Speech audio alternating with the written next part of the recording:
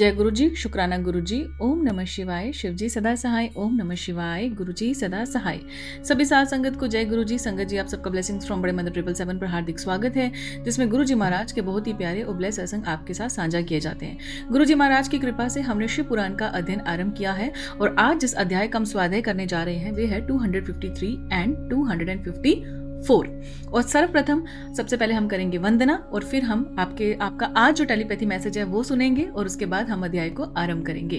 प्रथमे गुरु जी को वंदना, द्वितीय आदि गणेश, तृतीय कृपा करो शारदा, मेरे सभी कार्य करो हमेश। ओम नमः शिवाय, शिव जी सदा सहाय, ओम नमः शिवाय, गुरु जी सदा सहाय।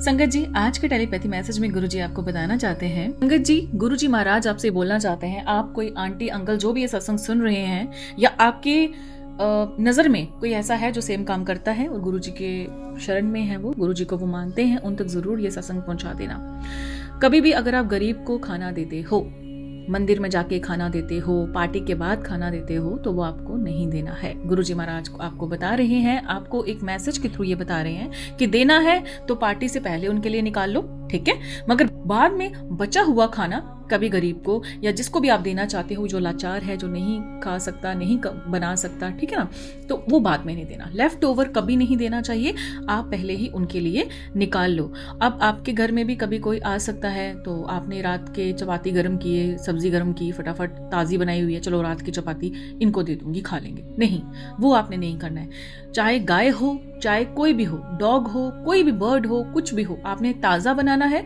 उनको ताज़ा ही परोसना है।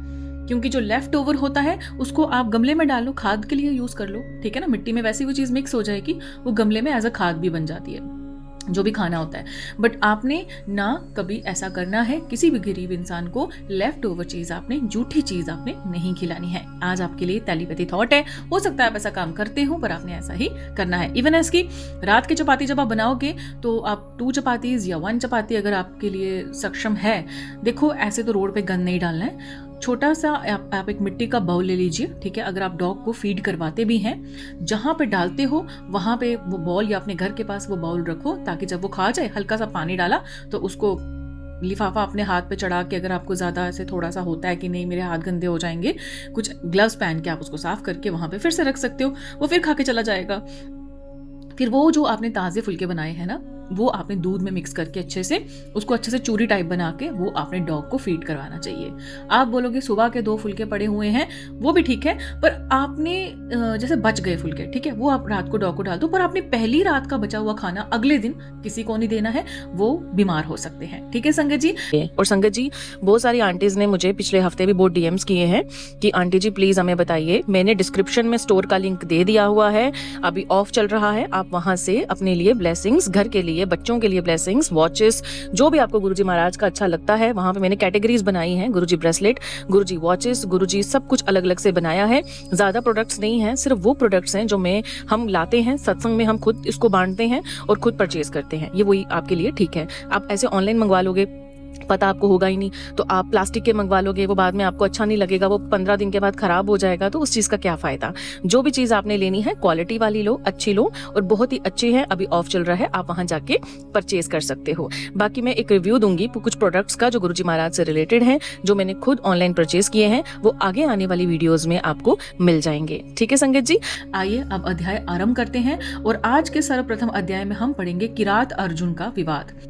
नंदेश्वर बोले, हे सर्वज्ञ, जब वह भयानक शुकर शिवजी व अर्जुन के बाणों से मारा गया। अब वो शुकर को मारा था ना, अर्जुन ने तो पहचान लिया था कि वो मुझे मारने आया है, और भगवान शिव भी उसके पीछे पड़ गए, क्योंकि उनके भक्त अर्जुन को थोड़ा उन्होंने कुछ होने देना था। तो जब उनसे वो मारा गया और पृथ्वी पर बेजान होकर गिर पड़ा, तो भील रूपधारी शिवजी ने अपने एक सेवक को भेजकर मृत शुकर से अपना बाण निकालकर लाने के लिए कहा। उधर अर्जुन भी उस शुकर को अपना बाण, और अब एक तरफ से शिवजी ने अपने जो शिवजी के आगे जितने भी गण होते हैं उनको आदेश दिया कि भाई उस शुकर के अंदर से जो बाण मैंने मारा है उसको निकाल के लाओ, और अर्जुन भी उस टाइम उधर अर्जुन भी उस शुकर से अपना बाण लेने के लिए आए। दोनों का अब आमना सामना होगा। तब अर्जुन और उस शिव गण में बाण को लेकर विवाद शुरू हो गया। वे गण बोला कि ये दोनों बाण मेरे स्वामी के हैं, इसलिए उन्हें मुझे दे दो, परंतु अर्जुन ने बाण देने से मना कर दिया। तब वे बोला कि तुम झूठे तपस्वी हो, यदि तुम सच्चे हो तो इन बाणों को मुझे दिखाओ, मैं अपने बाण की पहचान कर लूंगा, क्योंकि उन पर मेरा फल अंकित है। ये सुनकर अर्जुन उस गण से बोले, तुमसे मैं युद्ध नहीं कर सकता। युद्ध सदैव समान योद्धा से किया जाता है। मेरे बल और पराक्रम को देखना चाहते हो तो जाओ और जाकर अपने स्वामी को भेजो। अर्जुन के वचन सुनकर वह गण किरात रूप धारण किए भगवान शिव के पास गया। अर्जुन ने जो कुछ कहा था उसने अपने स्वामी को सब यथावत बता दिया। सारी बातें सुनकर किरातेश्वर को बहुत प्रसन्नता हुई और वे अपनी सेना को साथ लेकर अर्जुन से युद्ध करने के लिए वहां आ गए। युद्ध भूमि में पहुंचकर किरात रूपी भगवान शिव ने अपने दूत को पुनः अर्जुन के पास भेजा।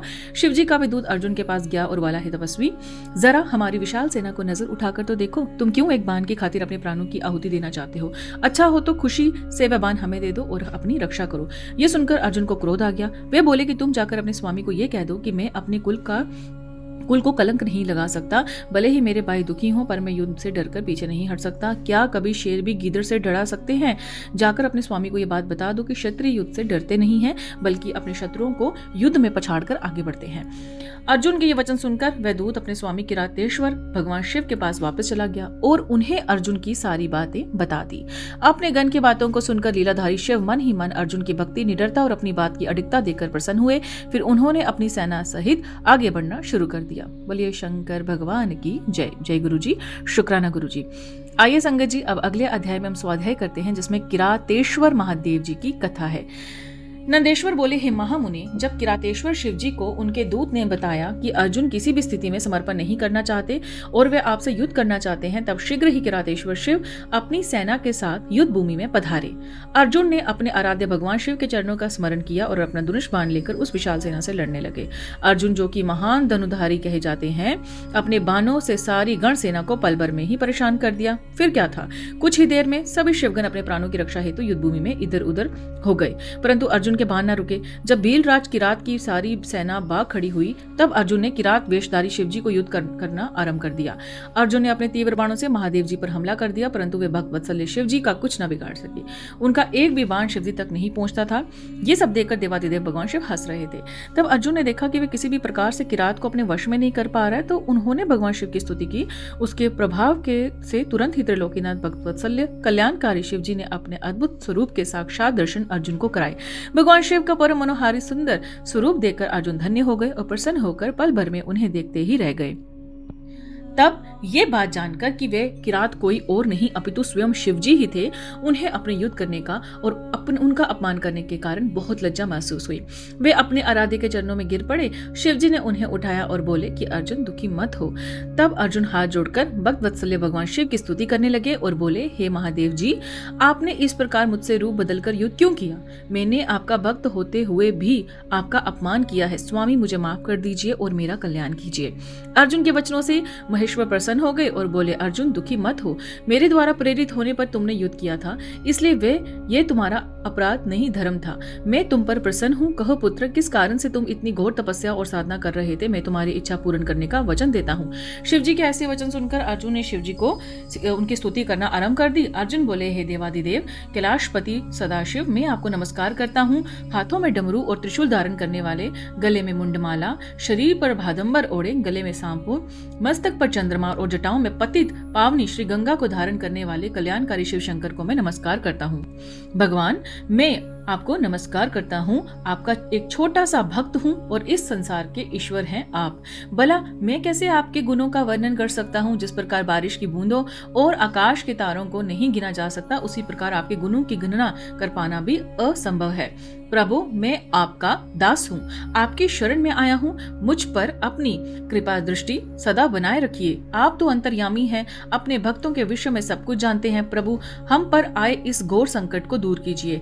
ये सुनकर अर्जुन मस्तक झुकाकर चुपचाप खड़े हो गए। अपने भक्त की स्तुति से हर्षित हो शिवजी बोले, हे अर्जुन, अपनी सारी चिंताएं त्याग दो, तुम्हारे कुल का कल्याण अवश्य होगा, तुम्हें सब कुछ मिल जाएगा, थोड़ा धैर्य रखो। ये कह शिवजी ने अर्जुन को अमोघ पाशुपात अस्त्र प्रदान किए। फिर अर्जुन को युद्ध में विजय पाने और शत्रुओं का नाश करने का वर प्रदान किया। साथ ही शिवजी ने उनकी सहायता हेतु श्री कृष्ण जी को सहयोग करने के लिए कहा। तत्पश्चात अर्जुन को आशीर्वाद देकर शिवजी वहां से अंतर्ध्यान हो गए। तो आपको पता चला कि भगवान ने वो गीता का पाठ क्यों सुनाया था अर्जुन को? भगवान शिव से प्रेरित होकर। शिवजी के जाने के उपरांत अर्जुन श्री भी प्रसन्नता पूर्वक अपने आश्रम को लौट गए और जाकर अपने भाइयों को अपनी तपस्या, सिद्धि और वर प्राप्ति के बारे में बताया, जिसे जानकर वे बहुत प्रसन्न हुए। अर्जुन की तपस्या पूर्ण होने के विषय में जानकर श्री कृष्ण उनसे मिलने आए और बोले कि इसलिए ही मैंने कहा था कि शिव सभी शिव भक्ति सभी कष्टों को दूर करने वाली है। मुने, इस प्रकार मैंने आपको शिव जी के किरात अवतार का वर्णन सुनाया है, ये सब कामनाओं को पूर्ण करने वाला है। बोलिए शंकर भगवान की जय। जय गुरु जी, शुक्राना गुरु जी। आवाहनम न जानामि तर्वाचनम, पूजा चेवम न जानामि क्षम्यता परमेश्वरी, मंत्रहीनम क्रियाहीनम भक्तिहीनम सुरेश्वरी, यत पूजितम या देवी परिपूर्णम तदस्तु मे। सचिया जोता वाली माता जी तुहाडी सदा ही जय। संगत जी, आज का अध्याय हम यहीं समाप्त करते हैं और कल फिर 12 बजे एक नए अध्याय के साथ आपसे मिलेंगे। तब तक आपने 7 लोगों तक ये सत्संग जरूर शेयर करना है। संगत जी, आप चैनल को सपोर्ट करने के लिए चैनल की मेंबरशिप भी खरीद सकते हैं, परचेज कर सकते हैं, ब्लेसिंग्स खरीद सकते हैं, जो करना चाहते हैं आप कर सकते हैं। और साथ में इससे जब आप मेंबरशिप खरीदते हैं तो जितनी भी आपके पोस्ट हैं, जितने भी पॉडकास्ट हैं, जो भी इस चैनल पे आएगा वो सर्वप्रथम आप तक पहुंचेगा, चाहे वो दिन की कोई भी शिव पुराण का अध्याय हो या कोई भी और शुक्राना सत्संग है। और कमेंट में जय गुरु जी, शुक्राना गुरु जी, हर हर महादेव जरूर लिखें। ठीक है संगत जी, मंत्र जाप करते रहिए। जय गुरु जी, शुक्राना गुरु जी।